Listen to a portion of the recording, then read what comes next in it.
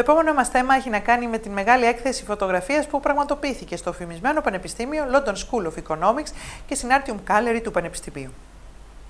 Τίτλος της έκθεσης ήταν The Itinerary Tracing the Refugee Routes.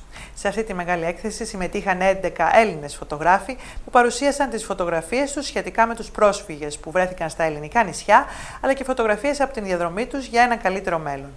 Η έκθεση είναι ανοιχτή από τις 12 Ιουνίου έως το τέλος του μήνα, Δευτέρα με Παρασκευή από τις 10 το πρωί έως τις 8 το βράδυ. Η έκθεση άνοιξε με ομιλίες. Εκ μέρους του Πανεπιστημίου, ο Δ. Μελισσάρης καλωσόρισε τους παρευρισκόμενους φωτογράφους, αλλά και πλήθος κόσμου που παρευρέθηκε για να παρακολουθήσει την έκθεση. Αμέσως μετά, ένας από τους συντελεστές παρουσίασε τις διαδρομές των προσφύγων, από πού κατάγονται και πολλά άλλα στοιχεία που έχουν καταγραφεί από διεθνείς οργανώσεις. Ας παρακολουθήσουμε αποσπάσματα από τις δύο ομιλίες.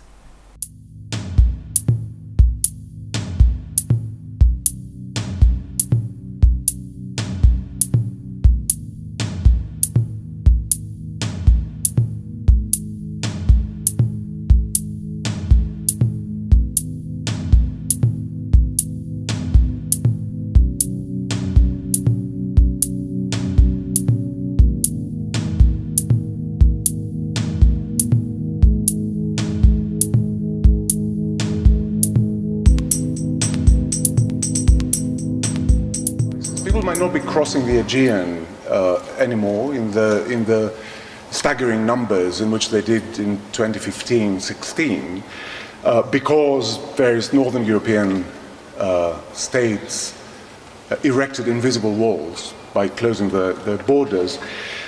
But they do try to cross the safety from the south. They come from Libya, mainly to Italy.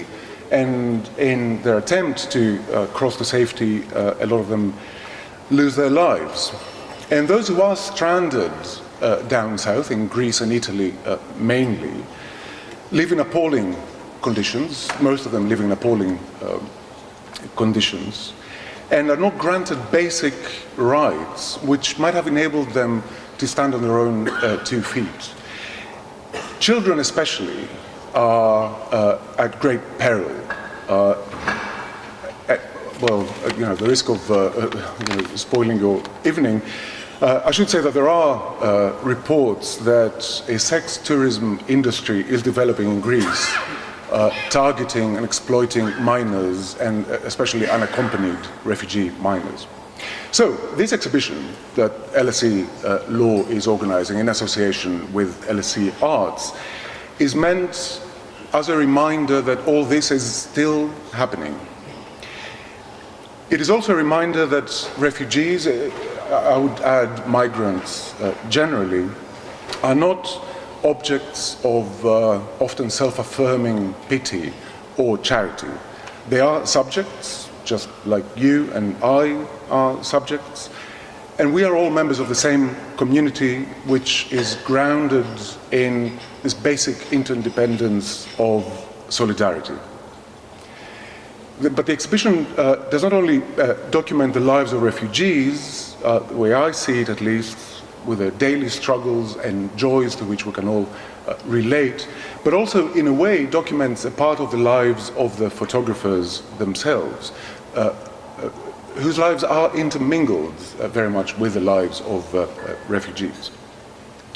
Okay, not much more from me. We'll shortly hear from 2 of the photographers who are with us, Dimitrios and Louisa. Let me just say a couple of things at closing. I want to encourage you to chat with the photographers once all the speeches are done. Can the photographers identify themselves? Can you raise your hands?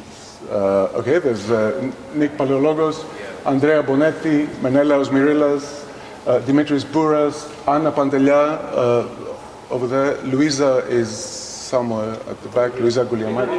Oh, she's hiding behind the screen. Okay, so please do chat with the photographers after we're done with this.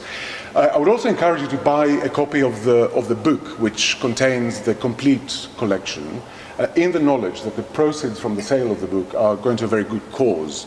They will support actions by the Greek NGO Metadrasy, which, among other things, looks after unaccompanied refugee minors. A few words of thanks as well, LSE Arts for hosting the exhibition here in the Atrium Gallery. Mike's Table, which is organizing the event, the opening event dinner. Those of you who are not attending the dinner, I would urge you to pick up a flyer and visit Mike's Table's website and see what fantastic things Louise and her team do. LSE Catering for supporting hosting Mike's Table at the LSE. Bradley Barlow for his very hard work on this exhibition. And I should say that it was a much more complex operation than we envisaged at first, but hopefully we pulled it off. And Lindy Crew for designing most of the publicity material. Now, tweet away, Instagram away, Snapchat away, and the rest of it, write things on your diary or something, using the hashtag LSE Arts, or copy LSE Law in at LSE Law. So now we'll hear a few things from Dimitris Bouras and then Louisa Guliamaki. Thank you very much.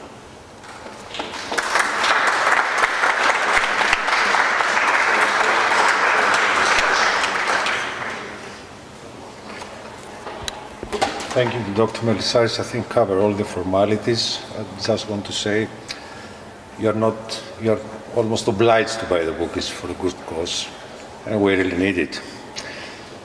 2 weeks ago, I was in New York, invited by the UN to discuss over a new project, and a lot of journalists and photojournalists was there. Among them was an old friend, Janine Di Giovanni, that she recently published her book. It's an amazing book. Dispatches from Syria, the morning they came for us. So Janine asked me, what's the reason why you print another book? I mentioned, of course, the awareness, the cause, etc. Okay, she told me, money is not the issue. Refugee crisis as war is business, pure business. And money is not the issue. The issue here is to preserve the memory. And she opened her book and she asked me to read a piece, and I would like to read for you. It's a quote by Carlos Ruiz Zafón from his book, The Shadow of the Wind. Wars have no memory, and nobody has the courage to understand them until there are no voices left to tell what happened. Until the moment comes when we no longer recognize them and they return with another name and another face to devour what they left behind. And this is our responsibility we share and we carry, working and scrolling into troubled territories as outsiders, as people that we've never been invited there. We are there because something happened, and we have to respect, and we have to trace the roots as a cubicle outside stays, and this is the motto of the London School of Economics in principle. The itinerary, ways, routes, maps, lines, borders and fences. The last couple of years, indeed a decade, the migration crisis in Europe has been preoccupying politicians, journalists and local communities. Moreover, it has captured global imagination as well. The emotionally charged issues circle around the possible and actual threats to the well-being of European citizens. The truth claims are about the real reasons of those who migrate to Europe and their grueling journeys across the multiple borders and seas. Lines. Too many lines depicting human routes, carved upon maps with clear border lines, borders and fences. And humans. Humans who became titles and numbers, like those generously provided by the United Nations High Committee for the Refugee, the UNHCR. At the end of 2016 UNHCR reports, an unprecedented 65.3 million people around the world have been forced from home. Among them, 21.3 million are refugees, half of them under the age of 18, Also, 10 million stateless people, 34,000 people are forcibly displaced every day as a result of conflict or persecution. Numbers. These issues are used, tackled and exploited by many, among them politicians, media makers, global business ventures and local smuggling networks, as well as journalists, photographers, filmmakers, and even artists, real or wannabe artists. And at the center of this crisis is a refugee, a legal category and number. The legal categories of stateless people, refugee, migrant, forced from home become hard to be comprehended from afar. Numbers themselves gets more inscrutable, sensationalist, irrelevant. Today, history paves new routes and humanity at large enters in unpaved territories, as we're experiencing construction of new walls and fences and new spaces of detention from 324 in 2000 into 473. Στη συνέχεια θα παρακολουθήσουμε πολλές φωτογραφίες όπως τις κατέγραψε η κάμερα του Hellenic TV και ο Τζούλιαν Τότσκα, αλλά και αποσπάσματα από την συνέντευξη που έδωσε ο φωτογράφος Ανδρέας Μπονέτη στη συνεργάτηδα του σταθμού μας Φωτεινή Λέπερου.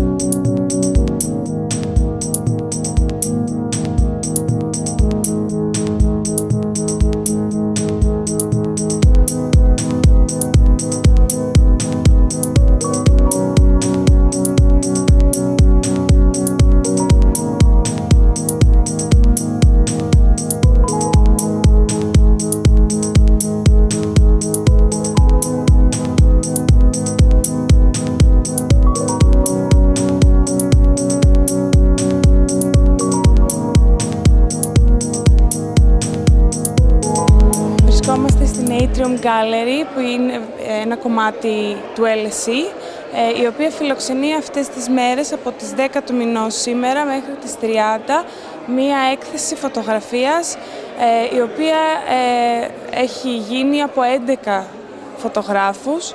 Μαζί με αυτή την έκθεση φωτογραφίας, αυτοί οι άνθρωποι μας μιλήσανε για κάποιες από τις εμπειρίες τους και μαζί με αυτό και για το βιβλίο το οποίο έχουν δημιουργήσει μετά από αυτή τη διαδρομή τους. Ο κύριος Μπονέτη που βρίσκεται δίπλα μας είναι ένας από τους φωτογράφους που έκανε αυτή τη διαδρομή και θέλουμε να μας πείτε πώς ξεκίνησε για σας αυτή η διαδρομή, πότε και πώς. Εγώ μάλλον από την ομάδα, ευχαριστώ πρώτα απ' όλους που ήρθατε απόψε, από την ομάδα μάλλον είναι αυτός που έχω λιγότερη εμπειρία σε αυτό το...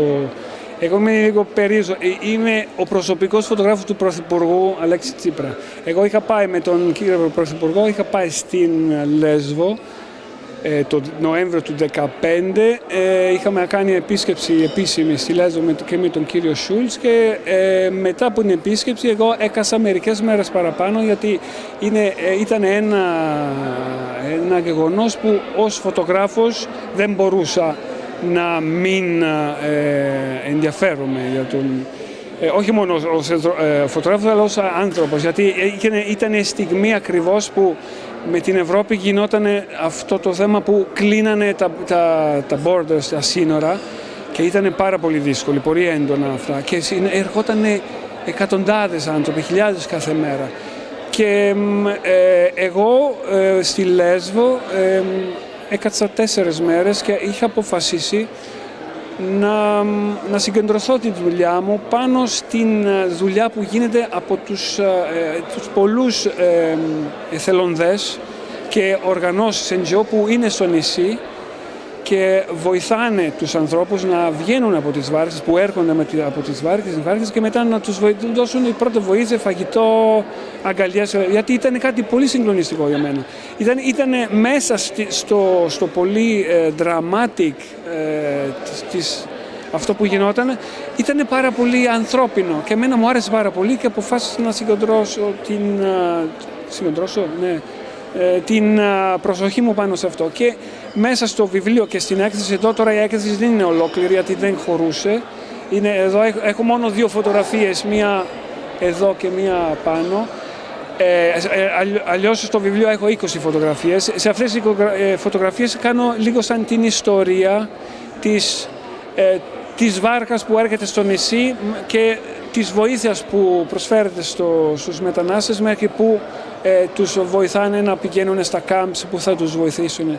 Και μέσα σε αυτές τις φωτογραφίες φαίνεται πως υπάρχουν αγκαλιές, για παράδειγμα, υπάρχουν είναι άνθρωποι, βασικά αυτό. Στη στιγμή εκείνη φαινόταν ότι η Ευρώπη πάει να γίνει. Όχι, δεν είναι άνθρωποι. Δεν το έλεγα έτσι, αλλά στην ουσία έκλεινε τα πάντα. Ενώ η Ελλάδα ακόμα βλέπουν στη φωτογραφία αγκαλιά. Δηλαδή πραγματικά ήταν εκεί άνθρωποι και τους βοηθάγανε κάθε βάρκα και κάθε μέρα ήταν εκατοντάδες. Συνέχεια. Και ήταν εκεί να τους βοηθάνε. Ήταν πολύ δυνατό, πάρα πολύ δυνατό. Ας πάμε τώρα να παρακολουθήσουμε την ατμόσφαιρα από το Atrium Gallery με πολλές φωτογραφίες.